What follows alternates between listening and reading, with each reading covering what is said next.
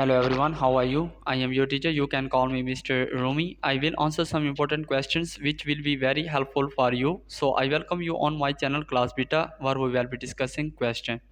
Which of the following statements is true for a simple pendulum?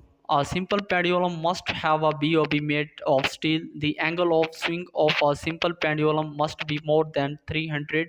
A metal stick pivoted at one end can be treated as a simple pendulum if the other end is swung from side to side.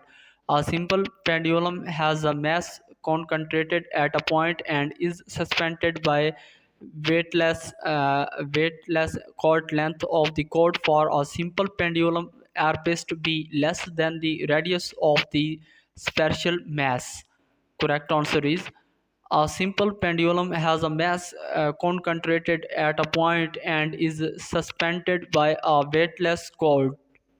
So that was our question and answer. If you have any other question, just leave a comment. Thanks for watching the video. For more helpful, subscribe my channel Class Beta so that helpful videos will reach you soon. Bye bye.